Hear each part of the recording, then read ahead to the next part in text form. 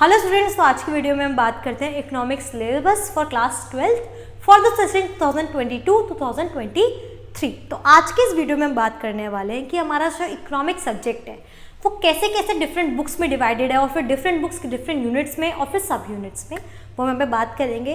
Plus हम बात करेंगे वेटेज की कि आपके एग्जाम की क्या वेटेज है। पहले हम बात करते हैं कि हमारी इकोनॉमिक्स का सिलेबस कितने बुक्स में डिवाइडेड है। तो हमारे इकोनॉमिक्स का सिलेबस 2 बुक्स में डिवाइडेड है। पार्ट है हमारा इंट्रोडक्टरी मैक्रो इकोनॉमिक्स और पार्ट बी है हमारा इंडियन इकोनॉमिक डेवलपमेंट।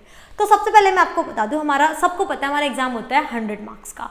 अब 100 मार्क्स में से 20 मार्क्स हमारे जाते हैं प्रोजेक्ट वर्क के लिए और जो आपका थ्योरी एग्जाम होता है दैट इज ऑफ 80 मार्क्स। तो अब 80 मार्क्स इन दोनों यूनिट्स में अलॉटेड है।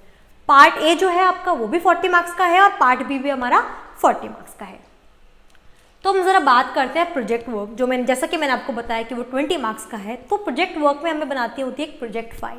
अब ये प्रोजेक्ट फाइल कैसे बनाते हैं, हमारी टीचर्स जो स्कूल टीचर्स होती है वो हमें एक टॉपिक अलॉट करती है, उस टॉपिक पे बेस्ड हमें रिसर्च करनी होती है और एक फाइल तैयार करनी होती है। अब ये वाइवा हमारी स्कूल टीचर्स नहीं लेती, इस वाइवा के लिए बाहर से एग्जामिनर्स आते हैं जो आपको वाइवा लेती है। अब ये वाइवा हो सकता है कि आपके प्रोजेक्ट फाइल के टॉपिक पे बेस्ड हो, ये भी हो सकता है कि वो वाइवा प्रोजेक्ट फाइल से पूछे ही ना बल्कि उसके अलावा जो भी हमारे टॉपिक्स बचे हैं वहाँ से वाइवा पूछे। तो प्रोजेक्ट फाइल की जो वेटेज होती है आपकी 12 मार्क्स होती है और वाइवा की वेटेज होती है आपकी 8 मार्क्स। नेक्स्ट हम आ जाते हैं जरा पार्ट ए मैक्रो इकोनॉमिक्स पे। अब हम देखते हैं इसमें कितनी यूनिट्स है और हर एक यूनिट की क्या वेटेज है। तो पहला है national income and related aggregates, ये हमारा 10 मार्क्स का। Then next is your money and banking which is of 6 marks. Unit 3 is income and employment 12 marks. Income and employment वाली यूनिट आपकी सबसे बड़ी यूनिट है मैक्रो इकोनॉमिक्स की। इसमें बहुत कुछ है, थोड़ा लेंदी भी है लेकिन इंटरेस्टिंग है। Next comes your unit 4 that is government budget and the economy, ये 6 मार्क्स की है। और लास्ट यूनिट है बैलेंस ऑफ पेमेंट, वो भी आपकी 6 मार्क्स की है। अब आते हैं जरा इंडियन इकोनॉमिक डेवलपमेंट पे। तो ये भी आपकी 40 मार्क्स के, जैसे मैंने आपको बताया था 2 पार्ट्स में डिवाइडेड है, मैक्रो इकोनॉमिक्स 40 और इंडियन इकोनॉमिक 40। तो इंडियन इकोनॉमी में हमारी जो पहली यूनिट है that is development experience and economic reform since 1991।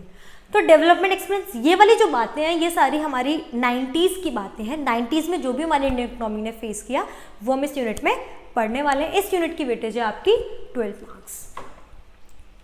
Next comes your current challenges facing Indian economy. अब ये वाली जो यूनिट है ये हमारी 22 मार्क्स की यूनिट है। इस यूनिट में सबसे ज़्यादा नंबर ऑफ चैप्टर्स हैं और अच्छे हैं। इसमें हम पढ़ेंगे poverty, employment, infrastructure etcetera etcetera. तो काफ़ी अच्छी आप लोगों को इंटरेस्ट आएगा एक्चुअल में हमारी इंडियन इकोनॉमी के बारे में जानने में। Next comes your development experience of India in comparison with its neighbours. तो इंडिया के जो नेबर्स हैं चाइना और पाकिस्तान, उनके साथ हम एक कंपैरिजन करेंगे, तो वो हम इस चैप्टर में इस यूनिट में हम पढ़ने वाले हैं। तो अब बात करते हैं पहला मैक्रो इकोनॉमिक्स का। अब मैक्रो इकोनॉमिक्स हमने देख लिया कि कौन सी यूनिट की क्या वेटेज है, लेकिन हमें ये भी देखना है कि कौन सी यूनिट में हम क्या क्या पढ़ने वाले हैं। जब तक हमें ये नहीं पता होगा कि सब टॉपिक्स क्या हैं उस यूनिट को हम नहीं समझ पाएंगे। तो जैसा कि मैंने आपको बताया पहली यूनिट है national income and related aggregates. ये पूरी यूनिट आपकी नेशनल इनकम से रिलेटेड है। नेशनल इनकम मतलब हमारे नेशन में जो भी इनकम जनरेट हो रही है। अब इसमें भी 2 टर्म्स होती हैं, होती है डोमेस्टिक इनकम और एक है नेशनल इनकम। अभी आपको दोनों टर्म थोड़ी सिमिलर लगेंगी लेकिन जब हम चैप्टर पढ़ेंगे तो उन दोनों में बहुत वास्ट डिफरेंस है। तो इसमें पहला चैप्टर आता है सर्कुलर फ्लो ऑफ इनकम। अब हमारी इकोनॉमी में जो भी इनकम जनरेट होती है बहुत सारी जगहों से इनकम आती है, वो इनकम जाती भी बहुत सारी जगहों से। दैट मीन्स इकोनॉमी में इनकम का रेगुलर इनफ्लो और आउटफ्लो होता है। तो हम वो सर्कुलर फ्लो ऑफ पढ़ने वाले हैं income. Next is basic concepts of macro economics. अब मैक्रो इकोनॉमिक्स के बहुत सारे बेसिक कंसेप्ट्स हैं, जैसे कि हम बात करते हैं हमारी फाइनल गुड, इंटरमीडिएट गुड। तो ये सारे कंसेप्ट्स हम इसी चैप्टर में पढ़ने वाले हैं। National income and related aggregates, इस चैप्टर में एक्चुअल में हम पढ़ेंगे कि डोमेस्टिक इनकम क्या होता है, नेशनल इनकम क्या होता है हमारा, then your incomes various types की होती हैं। हम नेशनल इनकम को किससे डिनोट करते हैं, डोमेस्टिक इनकम को किससे डिनोट करते हैं, वो सब हम यहाँ पे पढ़ने वाले हैं। Next is measurement of national income. इस चैप्टर से आपका 6 मार्क्स का क्वेश्चन आता है, कंपलसरी है, आएगा ही आएगा। अब मेजरमेंट ऑफ नेशनल इनकम नाम से समझ में आ रहा होगा, इसमें हम नेशनल इनकम कैलकुलेट करना सीखेंगे। अब नेशनल इनकम कैलकुलेट करने के वेरियस मेथड्स हैं, 3 मेथड्स हैं, उन तीनों मेथड से हम नेशनल इनकम को मेजर करना सीखेंगे। Next comes your unit 2 money and banking. नाम से समझ में आ रहा है मनी एंड बैंकिंग। मनी मतलब मनी सप्लाई, मनी, ये सब क्या होते हैं टर्म्स, मनी को हम कैसे कैसे मेजर करते हैं। वो यहाँ पे आएगा। Then is your banking. अब हमारा बैंकिंग सेक्टर दो पार्ट में डिवाइडेड है, होता है central bank that is your reserve bank of India, then is your commercial bank. अब इन दोनों बैंक्स के अलग अलग फंक्शंस क्या हैं, कैसे ये एक दूसरे की हेल्प करते हैं, क्या ये इकोनॉमी में रोल प्ले करते हैं, वो हम यहाँ पे पढ़ने वाले हैं। Next comes your determination of income and employment that is your aggregate demand, aggregate supply. अब हमने 11th क्लास में माइक्रो इकोनॉमिक्स पढ़ी है, उसमें हमने डिमांड एंड सप्लाई पढ़ा है, आप सबने भी पढ़ा होगा। तो डिमांड एंड सप्लाई बड़ा इजी चैप्टर था, लेकिन ये डिमांड और एग्रीगेट डिमांड में वास्ट डिफरेंस है।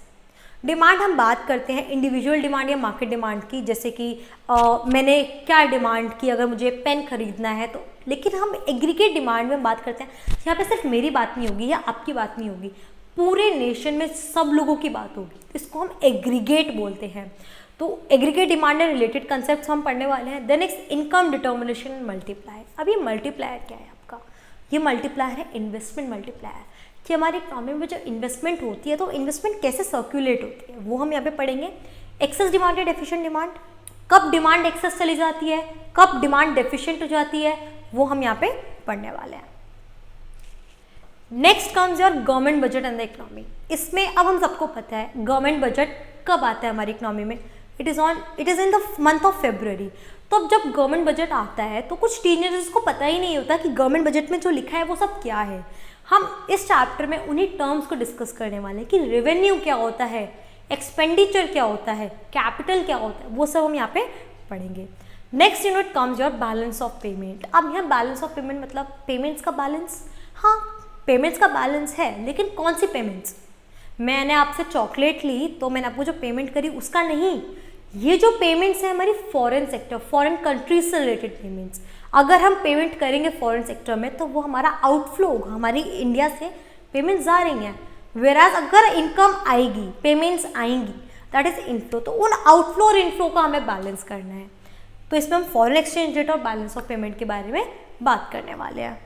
तो बच्चों नेक्स्ट हम बात करते हैं हमारे सेकंड पार्ट के इंडियन इकोनॉमिक डेवलपमेंट। अभी तक हमने पढ़ा है कि इंडियन इकोनॉमिक डेवलपमेंट कितने मार्क्स की थी और हर एक अलग अलग यूनिट की हमने अलग अलग वेटेज पढ़ी है। अब हम देखते हैं कि हर एक यूनिट में कितने टॉपिक्स हैं, कितने चैप्टर्स हैं। मैं आपको बता दूं इंडिविजुअल चैप्टर्स की वेटेज नहीं है, सिर्फ यूनिट्स की वेटेज है। चैप्टर हम सिर्फ इसलिए डिस्कस कर रहे हैं कि हमें पता होना चाहिए कि कौन सी यूनिट में हम कौन सा चैप्टर पढ़ने वाले हैं।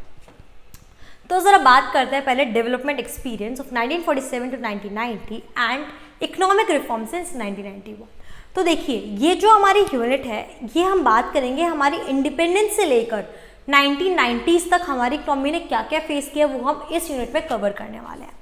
तो पहली आती है हमारी Indian economy on the eve of independence. ये के चैप्टर क्या बोलता है, इस चैप्टर में हम डिस्कस करेंगे कि जैसे ही हमारी इकोनॉमी इंडिपेंडेंट हुई हमारी इकोनॉमी, तो 1947 के टाइम हमारी इकोनॉमी ने क्या क्या प्रॉब्लम से फेस की, क्या क्या मुश्किलें फेस की, क्या क्या था हमारी इकोनॉमी के पास, क्या क्या नहीं था। नेक्स्ट हम बात करेंगे 5 year plans in India. India में कुछ 5 ईयर्स प्लान आए थे, तो वो सब हम डिस्कस करेंगे कौन से प्लान में क्या चीज़ आई।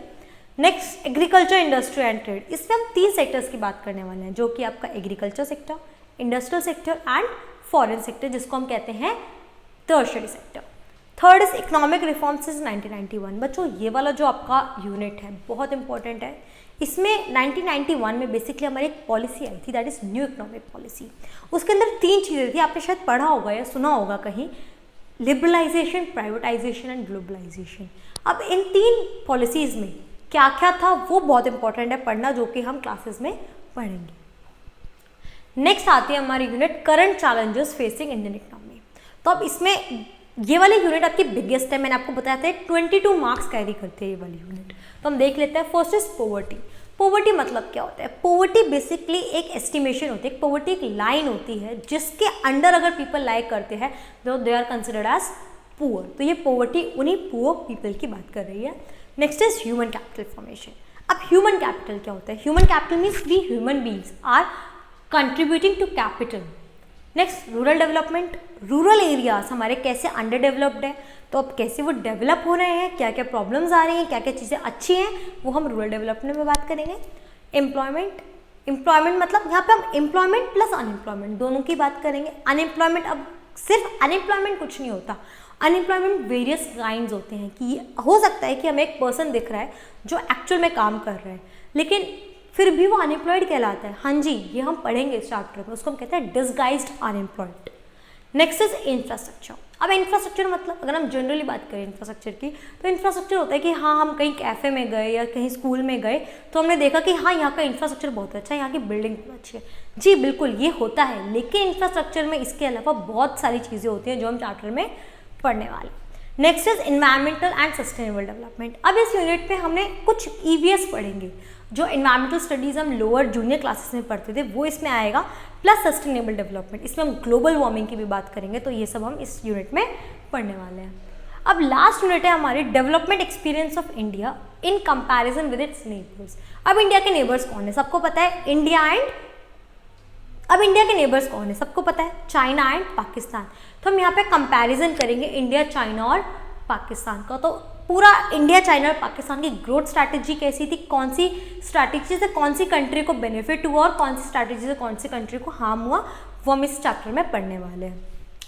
तो बच्चों हमने पढ़ लिया है कि पूरा इकोनॉमिक्स का सिलेबस हमारे कैसे कैसे यूनिट्स, सब यूनिट्स में डिवाइडेड है और कौन से यूनिट की कितनी ज़्यादा इंपॉर्टेंस है वो मैंने आपको एक समराइज्ड वे में बता दिया है। तो ये थी हमारी आज की video. So thank you students, have a nice day.